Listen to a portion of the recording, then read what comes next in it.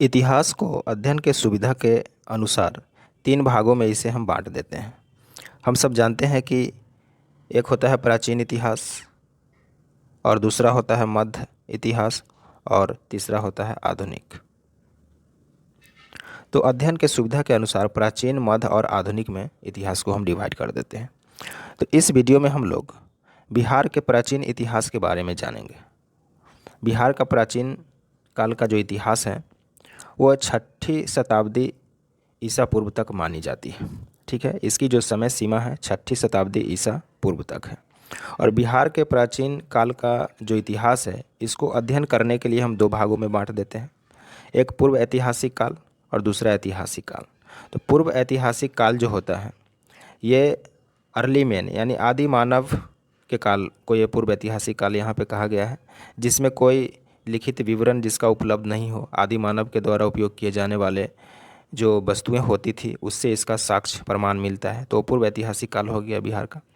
और जो ऐतिहासिक काल है, तो ऐतिहासिक काल जब से मतलब इसका कुछ लिखित विवरण उपलब्ध हुआ तो इसका ऐतिहासिक काल हुआ।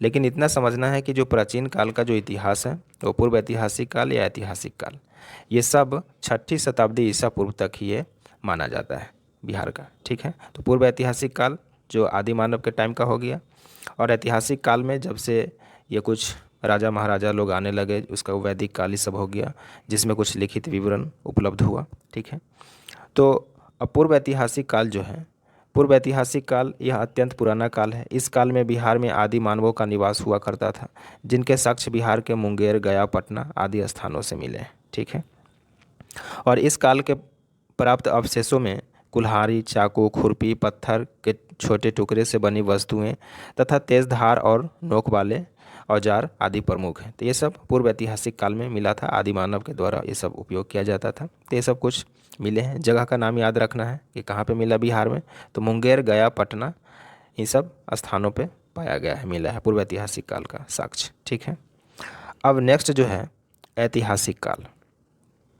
तो ऐतिहासिक काल जब से इसका कुछ लिखित विवरण उपलब्ध होने लगा। ठीक है, तो बिहार के इतिहास में ईसा पूर्व 6ठी शताब्दी को प्राचीन ऐतिहासिक काल माना जाता है। इस समय बिहार में मुख्यतः 4 राज्य हुआ करते थे। ठीक है, 6ठी शताब्दी ईसा पूर्व तक जो ऐतिहासिक काल है बिहार का, उस समय सिर्फ 4 ही राज्य माना जाता है। ठीक है, वो 4 राज्य कौन कौन हैं?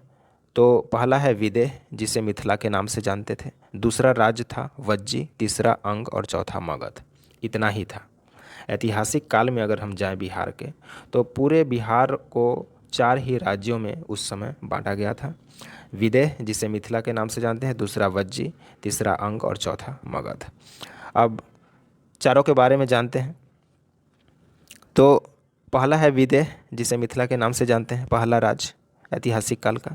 यह वैदिक कालीन भारत में एक प्राचीनतम साम्राज्य था। ठीक है, वैदिक कालीन जब से वेद पुरानी सब आने लगा, सबकी रचना हुई, जिसकी स्थापना राजा जनक ने की थी। विदेह यानी मिथिला नगरी की स्थापना जो है राजा जनक, जो सीता मैया के पिताजी थे। ठीक है, जनक पुत्री सीता।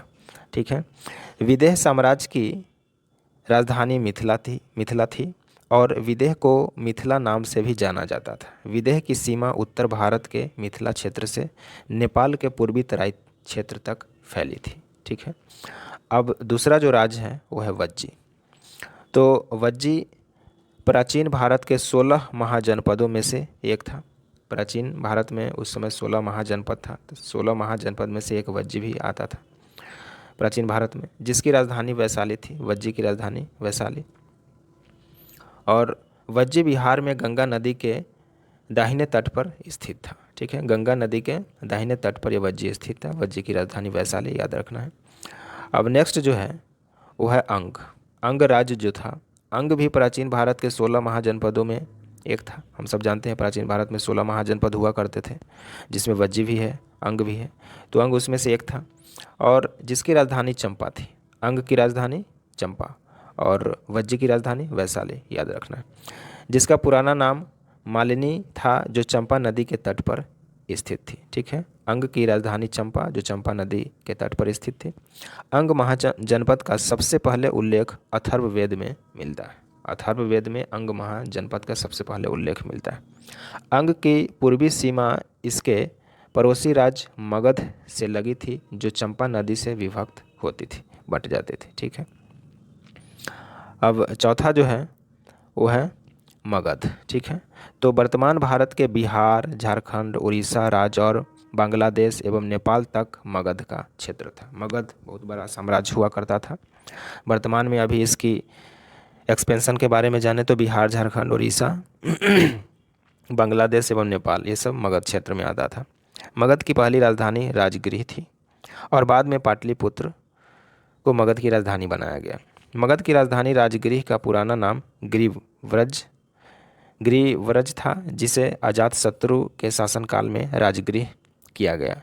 मगध एक विशाल साम्राज्य था जिस पर कई राजवंशों ने बारी बारी से शासन किया। ठीक है, अब मगध जो ये राज्य था, इसमें जो भी राजवंश इसमें शासन किए उसके बारे में अब जानते हैं। ठीक है, तो मगध के जो प्रमुख राजवंश थे उसमें ये वृहद्रथ वंश, हर्यक वंश, शिशुनाग वंश और नंद वंश, मौर्य साम्राज्य और गुप्त साम्राज्य, इतने वंश है। यानी कि कुल मिलाकर जो है 1 2 3 4 5 6 वंश में 6 राजवंश हुए। तो पहला जो है वृहद्रथ वंश, इस वंश के संस्थापक वृहद्रथ थे, जिन्हें महारथ के नाम से भी जाना जाता था। वृहद्रथ वंश मगध साम्राज्य का प्रारंभिक वंश था। उसके बाद है हर्यक वंश। हर्यक वंश मगध पर शासन करने वाला दूसरा वंश था, जिसकी राजधानी प्रारंभ में राजगीर व बाद में पाटलिपुत्र थी।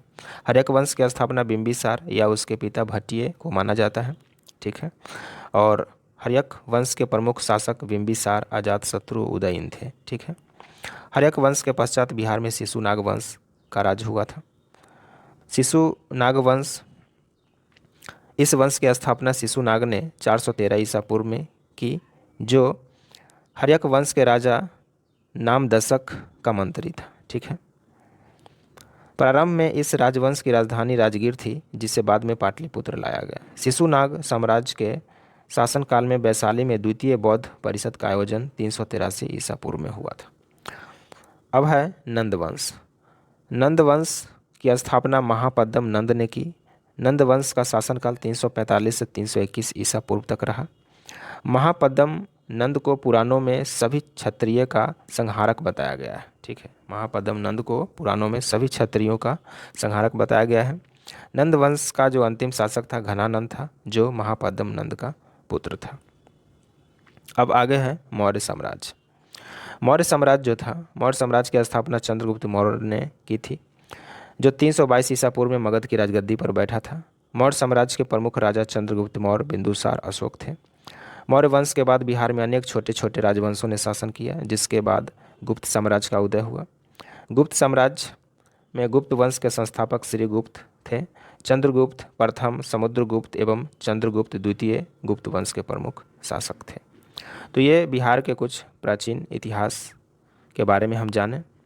फिर मिलते हैं नेक्स्ट वीडियो में मध्यकाल के इतिहास के बारे में। ठीक है, तो थैंक यू।